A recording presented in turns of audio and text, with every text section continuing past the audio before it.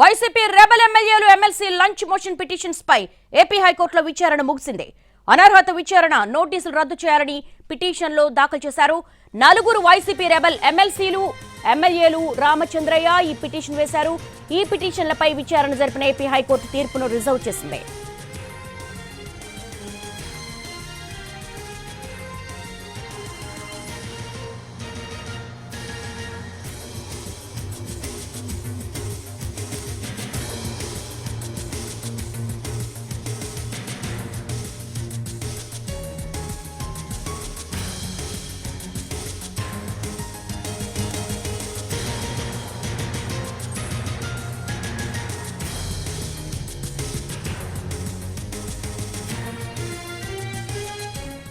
YCP rebel ఎమ్మెల్యేలు MLC lunch motion petitions పై AP హైకోర్టులో విచారణ ముగిసింది. దీనికి సంబంధించి లేటెస్ట్ అప్డేట్స్ మా ప్రతినిధి శ్రీకాంత్ అడిగి తెలుసుకుందాం.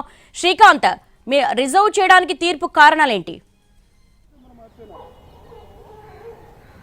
అంటే ప్రధానంగా కూడా 4 వైసీపీ రెబల్ ఎమ్మెల్యేలు, అదేవిధంగా ఎమ్మెల్సీ ఎవరైతే ఉన్నారో వైసీపీ రెబల్ ఎమ్మెల్సీ సి రామచంద్రయ్య 5 కూడా ఈ అనర్హత నోటీసుల్ని సంబంధించి సవాలు చేస్తూ కూడా లంచ్ మోషన్ ఈ రోజు ఉదయం కూడా దాఖలు చేశారు. దాని మీద 2.5 గంటల సమయం తర్వాత అయితే ఏపీ హైకోర్టు విచారణ జరిపింది. విచారణ సందర్భంగా కూడా ఎమ్మెల్యేల తరపున న్యాయవాదులు పూర్తి స్థాయిలో వాదనలు కూడా వినిపించడం జరిగింది. ఉద్దేశపూర్వకంగానే ఈ నోటీసుల్ని ఇవ్వటం జరిగింది. మా వాదనలను కూడా ఎక్కడా పరిగణలోకి తీసుకోకుండా ఈ అనర్హతకు సంబంధించిన నోటీసులను స్పీకర్ జారీ చేశారనే విషయాన్ని అయితే న్యాయస్థానం దృష్టికి కూడా తీసుకెళ్లారు. అదేవిధంగా ఇదంతా సహజ న్యాయ సూత్రాలకు విరుద్ధంగా కూడా ఇదంతా జరిగిందనే విషయాన్ని కూడా న్యాయస్థానం దృష్టికి కూడా తీసుకెళ్లారు. దీంతో పాటుగా తమకు ఎటువంటి మెటీరియల్ కూడా అందలేదు, అవేమీ అందకుండానే అనర్హతకు సంబంధించిన నోటీసులను జారీ చేశారు కాబట్టి ఆ నోటీసుల్ని రద్దు చేస్తూ ఆదేశాలు ఇవ్వాలని అయితే ఎమ్మెల్యేలు ఎమ్మెల్సీ తరపున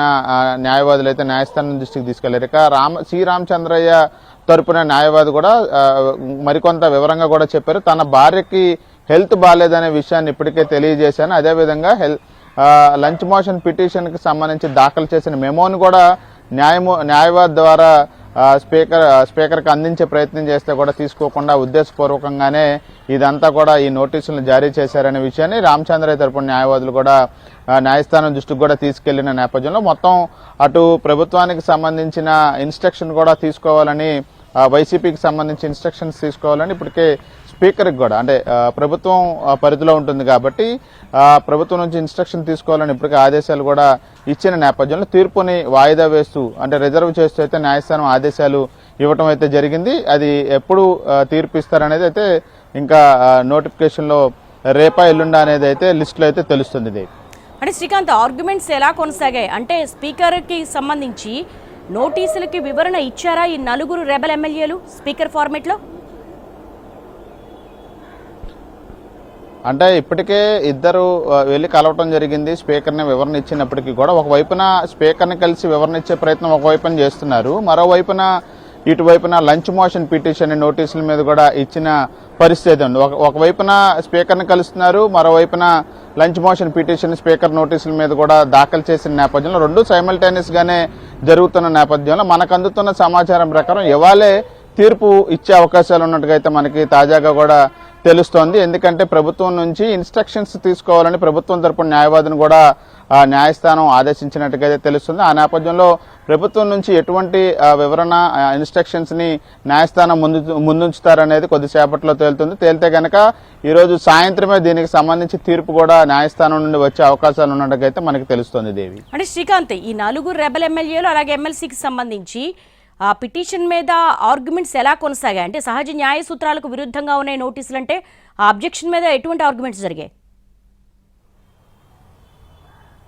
అంటే 1986 యాక్ట్ అనేది ఒకటి ఉంటుంది అనర్హతకు సంబంధించిన. ఆ యాక్ట్ ప్రకారం ప్రస్తుతం ప్రొసీజర్ జరగలేదనేది ప్రధానంగా సి రామచంద్రయ్య తరపున న్యాయవాదులు అయితే న్యాయస్థానం దృష్టికి కూడా తీసుకెళ్లారు. మిగతా వైసీపీ రెబల్ ఎమ్మెల్యేల తరపున న్యాయవాదులు కూడా ఇదే అంశాన్ని కూడా ప్రస్తావించారు. ఉద్దేశపూర్వకంగానే అనర్హతకి సంబంధించిన నోటీసులను అత్యవసరంగా ఇచ్చారు. చానాల నుంచి ఈ విషయం పెండింగ్ లో ఉన్నప్పటికీ కూడా ప్రస్తుతం అత్యవసరంగా ఇవ్వటానికి సంబంధించిన రీజన్ ఏంటనేది కూడా తెలియట్లేదు. దీంతో పాటుగా తమ వాదన ఎక్కడ పరిగణలోకి తీసుకోలేదు. మొత్తం అనర్హతకి సంబంధించిన అంశం మీద కొంత మెటీరియల్ అనేది ఉంటుంది. ఆ మెటీరియల్ను కూడా మాకు ఎటువంటి అందని పరిస్థితి కూడా ఉంది. ఇవన్నీ జరగకముందే అనర్హతకు సంబంధించి హాజరు కావాలి అని నోటీసులు ఇవ్వటం వెనక ఖచ్చితంగా ఉద్దేశపూర్వకంగానే ఈ చర్యలన్నీ తీసుకున్నారనే విషయాన్ని న్యాయస్థానం దృష్టికి కూడా తీసుకెళ్లిన నేపథ్యంలో ఇదంతా కూడా చట్ట వ్యతిరేకంగా జరిగిన నిర్ణయం కాబట్టి స్పీకర్ ఇచ్చినటువంటి నోటీసులను రద్దు చేస్తూ తాజాగా న్యాయస్థానం ఆదేశాలు ఇవ్వాలని కోరుతూ కూడా వాళ్ళు న్యాయమూర్తి దృష్టికి కూడా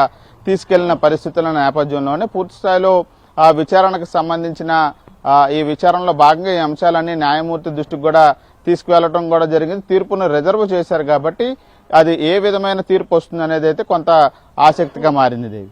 all right Srikanth, thanks for the live updates.